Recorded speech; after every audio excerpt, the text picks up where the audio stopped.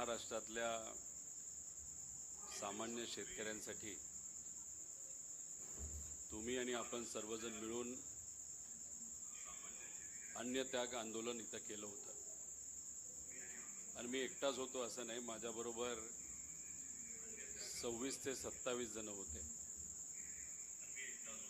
आणि या आंदोलनाला पाठिंबा सर्व शेतकरी, वारकरी, युवा, सर्व संघटना, सर्व इतर पक्षाचे नेते या सगळ्यांनी दिला। मी त्यांचं मनापासून आभार व्यक्त करतो। महाराष्ट्राचे ज्येष्ठ नेते, मंत्री महाजन साहेब या ठिकाणी आलेले आहेत सरकारच्या वतीने आमच्या सर्वांशी संवाद साधण्यासाठी। मी महाजन साहेबांना एकतर सरकारच्या वतीने मी त्यांचं अभिनंदन केलं याच्यासाठी की या कर्जमाफी योजनेला पुण्यश्लोक अहिल्यादेवी होळकरांचं नाव दिलं। मी ज्या मतदारसंघामधून येतो मला अभिमान आहे, आदर आहे। एक सेवक म्हणून मी त्या मतदारसंघाचं काम करतो आणि त्याच मतदारसंघामध्ये पुण्यश्लोक अहिल्यादेवी होळकरांचा जन्म झाला होता। हा जो जी.आर. पुण्यश्लोक अहिल्यादेवी होळकरांच्या नावाने सरकारने काढला तो जी.आर. महत्त्वाचा आहे। कर्जमाफी दिली त्यासाठी सुद्धा मी सरकारचे अभिनंदन करतो। फक्त या जी.आर. मध्ये काही अशा अटी आहेत ज्याच्यामुळे अनेक शेतकऱ्यांना या कर्जमाफीचा लाभ मिळणार नाही, नाहीतर कमी मिळू शकतो। त्यातली एक अट अशी आहे की 2019ची जी कर्जमाफी झाली महात्मा फुलेंच्या नावाली, त्या योजनेमध्ये ज्या ज्या शेतकऱ्यांनी लाभ घेतला अशा शेतकऱ्यांना आत्ताच्या या योजनेमध्ये 50,000 रुपयाची मर्यादाही घालून दिलेली आहे। त्यामुळे आमचं विनंती आहे कारण त्या योजनेतून 44 लाख शेतकऱ्यांनी त्या योजनेचा लाभ घेतला होता आणि आम्ही अंदाज जो काढलेला आहे 36 लाख शेतकऱ्यांवर अन्याय होऊ शकतो।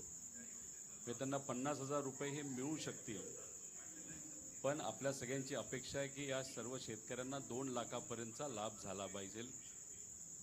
आणि OTS जी योजना आहे, याच पुण्यश्लोक अहिल्यादेवी होळकरांची ही जी योजना या सरकारने काढली त्याच्यामध्ये OTSचा जो मुद्दा आहे, समजा कोणाचं 2 लाख जे कर्ज आहे ते थकीत असेल तर त्याला 1.5 लाख भरावे लागतील, मग 50,000 मिळणार।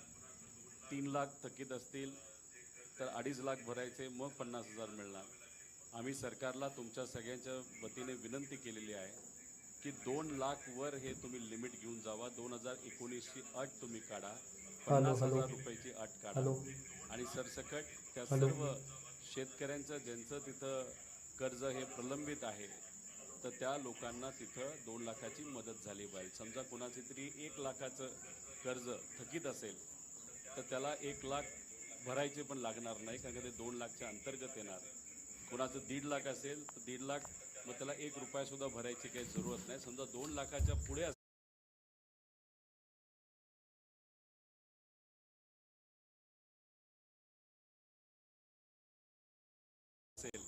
तर मग जो काही फरक असेल तो भरला चालून जाईल आणि सरकारकडनं 2 लाखची मदत केली जाईल। त्यातून 36 लाख शेतकऱ्यांना याचा फायदा होईल। याच्याच बरोबर जे रेग्युलर शेतकरी आहेत त्यांना सरकारने 50,000 रुपये देण्याचं ठरवलेलं आहे। आमची विनंती आहे सरकारला की हे जे लिमिट आहे 50,000चं ते थोडंसं वाढवून घ्यावं। आणि याच्यातच आपण जर बघितलं तर त्यांनी एक अट टाकली आहे कंटिन्युअसली, म्हणजे सातत्याने 2 वर्ष या शेतकऱ्यांचं जे कर्ज आहे ते रेग्युलर पाहिजे। आणि त्यात दुसरी अट अशी आहे की 25-26 आणि 26-27, 26-27 हे वर्ष संपलेलं नाही, म्हणजे आपल्या शेतकऱ्यांना वर्षभर थांबावं लागणार आहे या योजनेचा लाभ घ्यायला। त्यामुळे सरकारला महाजन साहेबांच्या माध्यमातून आपण विनंती केलेली आहे ही अट सुद्धा काढण्यात यावी, जेणेकरून अधिकचे 14 लाख शेतकऱ्यांना याचा फायदा होणार आहे। त्यामुळे या 2 प्रमुख आपल्या मागण्या आहेत ज्या सरकारसमोर या योजनेच्या अंतर्गत आपण ठेवलेलं आहे, एवढ्या महान व्यक्तीचं नाव ज्यांनी शेती विषयामध्ये महिला सबलीकरणामध्ये खूप मोठं कार्य केलं, असं पुण्यश्लोक अहिल्यादेवी होळकरांचं नाव या योजनेला दिलं असेल आणि याच्यात जर अशा अटी असतील ज्याच्यामुळे बहुतांश शेतकऱ्यावर अन्याय होणार असेल, तर मला असं वाटतं की कुठंतरी तिथं मोठ्या महामानवाचं पुण्यश्लोक अहिल्यादेवी होळकरांचा अवमान होऊ शकतं. त्यामुळे कृपा करून ही अट या योजनेतून काढण्यात यावी अशी विनंती त्यांना केलेली आहे. याच्याचबरोबर आम्ही महाजन साहेबांना म्हणजे सरकारला अशी एक विनंती या पत्राच्या मदतीने केलेली आहे की येणारं वर्ष आपल्या सर्वांसाठी अतिशय कठीण आहे. सरकारच सांगते आणि आपल्याला सुद्धा माहिती आहे की यंदा पाऊस कमी पडणार आहे. पाऊस जर कमी पडणार असेल तर मग आपल्या शेतामध्ये येत्या काळामध्ये काही पिकणार नाही आणि जे काही ऊस नाही तर कुठलंही पीक असेल ते सुद्धा कदाचित जळून जाऊ शकतं. म्हणजे शेतकरी अजून अडचणीत येणार आहे. त्यामुळे ही योजना लागू करणं आपल्या सर्वांसाठी आणि ते सुद्धा हे अटी काढून हे महत्त्वाचं आहेच. पण त्याच्याचबरोबर मधल्या काळात आणि यांच्याच सरकारली 2024च्या इलेक्शनच्या आधी आपण बघितलं असेल तर ₹1 विमा काढला होता. त्याच्यात 4 ट्रिगर होते, पण नंतर हा विमा कॅन्सल झाला. ते 4 ट्रिगर काढण्यात आले, त्याच्यामुळे शेतकऱ्यावर अन्याय झाला. त्यामुळे सरकारला विनंती करतो की जी योजना तुम्हीच आणली होती जी बंद झालेली, परत एकदा या काळामध्ये ती आणावी. म्हणजे या दुष्काळी काळामध्ये आमच्या शेतकऱ्याला तिथं फायदा होऊ शकतो अशी एक मागणी इथं करतो.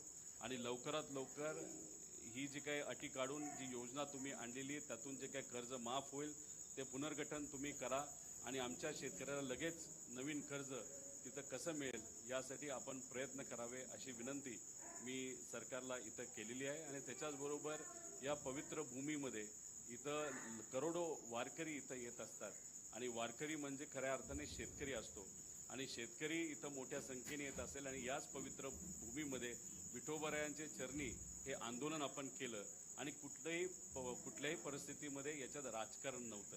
कुठेही आपण आपल्या पक्षाचे चिन्ह वापरले नाही.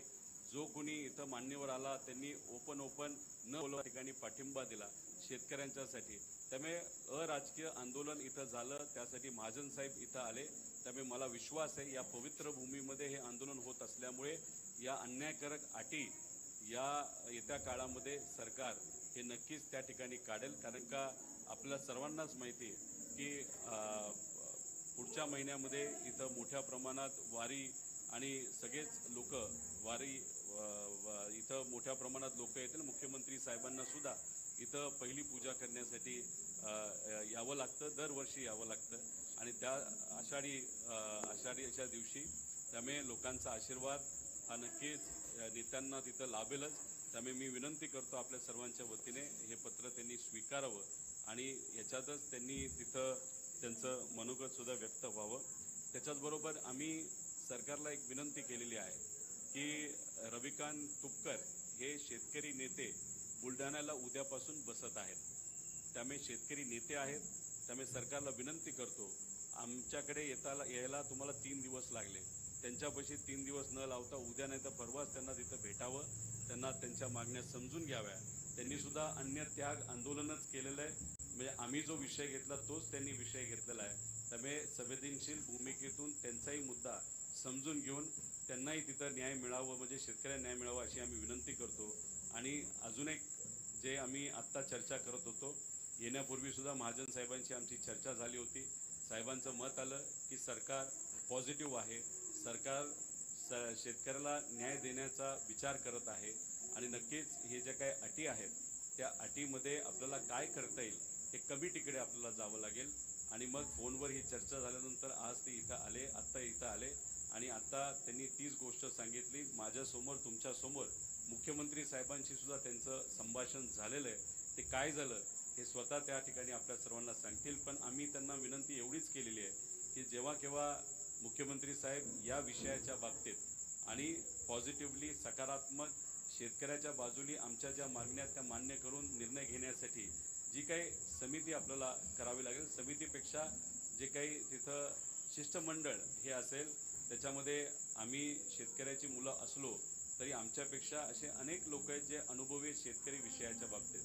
त्यात राजू शेट्टी साहेब जे इथं आले होते, त्याच्याबरोबर अजित नवले साहेब इथं येऊन गेले होते, रविकांतजी तुपकर उद्या आंदोलन करत आहेत.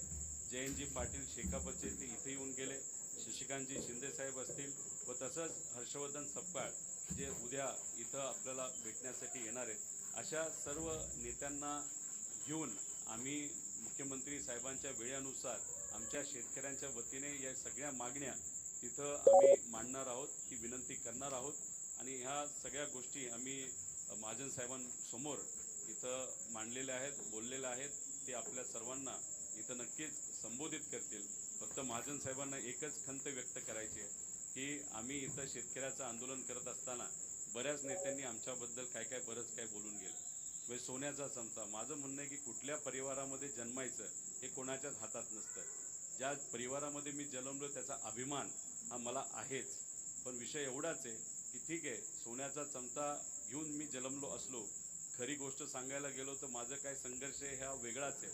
पण सोन्याचा चमचा घेऊन जन्मलो असलो तरी आत्ता भूमिका म्हणजे घरी सगळं नीट असताना सामान्य लोकांसाठी प्रामाणिकपणे भूमिका घेणं पण तितकंच महत्त्वाचं असतं. आणि ती भूमिका घेणं हे संतांनी आम्हाला सांगितलेलं आहे, भगवान गौतम बुद्धांनी सांगितलेलं आहे, शिवशाहू फुले आंबेडकरांच्या विचारांनी सांगितलेलं आहे. आणि त्याच अनुषंगाने एका मोठ्या परिवारातला असलो तरी सामान्य शेतकऱ्यांसाठी एक आंदोलन इथं आम्ही प्रामाणिकपणे करत होतो आणि ते केलं. आणि आमचा आवाज हा तुमच्यापर्यंत त्या ठिकाणी पोचला असेलच. आणि कदाचित राजकीय दृष्टिकोनातून या आंदोलनाकडे बघितलं असल्यामुळे तुम्हीसुद्धा आमच्याबद्दल काहीतरी बोलला असावात. पण माझं एवढंच मत आहे की जेव्हा तुम्ही एका पदावर असता त्या पदाचा मान ठेवला पाहिजे. कारण त्या पदाच्या माध्यमातून तुम्ही सामान्य लोकांना न्याय देऊ शकता आणि ते तुम्ही द्याल ह्या मागण्या बघून असा विश्वास आहे मुख्यमंत्री साहेबसुद्धा देतील. त्यामुळे जे काही तुम्ही मला बोलला असाल ते व्यक्तिगत आहे असं मी समजून बाजूला सरकवतो. त्या वादामध्ये गरिबाचं नुकसान होऊन आम्ही देणार नाही. त्यामुळे आपण ही भूमिका मांडावी आणि त्या ठिकाणी सरकारकडनं आपण काय करणार आहात हे आमच्या शेतकऱ्याला तिथं सांगावं अशी विनंती करतो. धन्यवाद. रामकृष्ण.